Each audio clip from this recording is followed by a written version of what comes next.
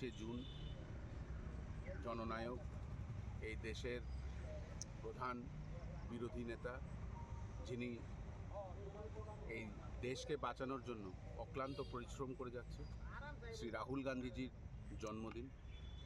এবং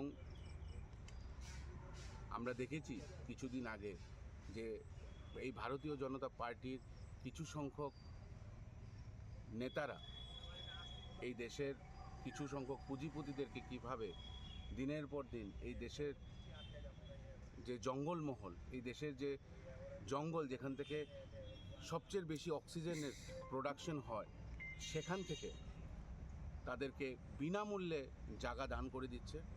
এবং আমরা দেখেছি কিছুদিন আগে নিকোবর আইল্যান্ডে 1.5 কোটির মতন গাছ আদানির হাতে তুলে দেওয়া হয়েছে, যেখানে আদানি এক একটা গাছ 3.5 লাখ টাকা করে এগুলোর দাম, সেগুলো কেটে নিচ্ছে। আমাদের জলের নিচের যে জীবন, সেই জীবন তাতে এফেক্টেড। আমাদের অক্সিজেনের যে প্রোডাকশন হয় গাছ থেকে, সেই অক্সিজেনের ঘাটতি আসছে, বিশুদ্ধ পলিউশন। এবং তারই প্রতিবাদে আজকে রাহুল গান্ধীজির জন্মদিনে আমরা বৃক্ষরোপণ করছি।